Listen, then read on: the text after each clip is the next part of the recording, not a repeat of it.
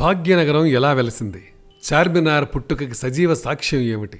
నాడు దక్కన్ పీఠభూమిని పాలించిన కుతుబ్ షాహీ వంశంలో సాగిన అపురూప ప్రేమ కథ ఏమిటి? కుతుబ్ షా మదిలో భాగమతికి స్థానం దక్కింది కానీ గోల్కొండ కోటలో లభించలేదు. ఆ కాలంలో భాగ్యనగరిని ఏలిన ఇబ్రహీం కుతుబ్ షా కుమారుడు యువరాజ్ కులీ తన సంస్థానంలోని అద్భుత సౌందర్యరాశి నర్తకి భాగమతిని ప్రేమించాడు. ప్రేమ కానుకగా తను పరిపాలిస్తున్న నగరానికి ఆమె పేరునే పెట్టాడు. చరిత్రలో ఇదో విజయవంతమైన కథ. అయితే భాగమతి పేరుని కులీ కుతుబ్ షా హైదర్గా మార్చేశారు.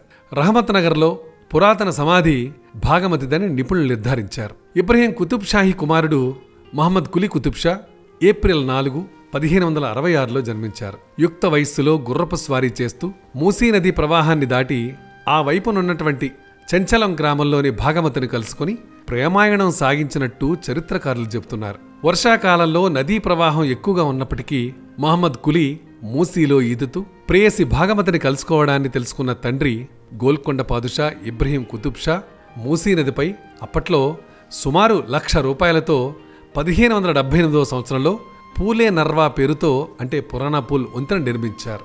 సుమారు 2.5 ఏళ్ల పాటు నిర్మాణ పనులు జరిగాయి. పురాణాపూల్ నిర్మించే కాలానికి మహమ్మద్ కులీ వయసు 12 ఏళ్లు. ఈ వయసులో ఆయన ప్రేమలో పడినట్టు భాగమతి అనే యువతితో ప్రేమాయణం కొనసాగించినట్టు చెబుతున్న కథనాలను ఆధునిక చరిత్రకారులు కొట్టేస్తున్నారు. ఇబ్రహీం కుతుబ్ షా కాలంలోనే గోల్కొండలో జనసామర్థ్యం సుమారు 70,000కు పైగా పెరిగిందని, అక్కడ మంచినీటి వసతి సమస్యలు ఉత్పన్నమయ్యాయని, కలరా వంటి రోగాలు వ్యాపించటంతో కొత్త నగరానికి శ్రీకారం చుట్టాలనే ప్రతిపాదనలొచ్చినట్టు చరిత్రకారులు పేర్కొంటున్నారు.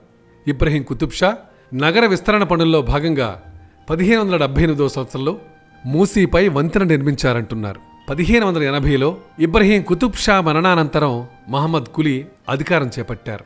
గోల్కొండ కోట జనసమర్థంగా మారడంతో మూసీ నదికి దక్షిణ భాగంలో కొత్త నగరానికి రూపకల్పన చేసి 1591 సంవత్సరంలో చార్మినార్తో శ్రీకారం చుట్టారు. ఆ తర్వాత 1594లో బాద్షా అషూర్ ఖానా నిర్మించారు. నగరంలోని 3 చోట్ల హైదర్ మహల్ పేరుతో రాజమందిరాలను నిర్మించారు. ఈ మందిరాల ఆనవాళ్లు లేకపోయినా చరిత్రలో హైదర్ మహల్ నిర్మాణాలు ఉండేవని చరిత్రకారులు విశ్వసిస్తున్నారు. షియా సాంప్రదాయాన్ని ఆచరించిన మహమ్మద్ కులీ కుతుబ్ షా చార్మినార్ నిర్మాణంలో పంజా నగిషీల్ని ఏర్పాటు చేయించారు. కులీ కుతుబ్ షా సొంతంగా పర్షియన్లో రాసుకున్న పద్యంలో తన 37 మంది ప్రేయసుల పేర్లను గుర్తు చేశారు. ఇందులో అసలు భాగమతి పేరే లేకపోవటం గమనార్హం. అదండి భాగ్యనగరం ఎలా వెలిసిందో తెలిసిందా?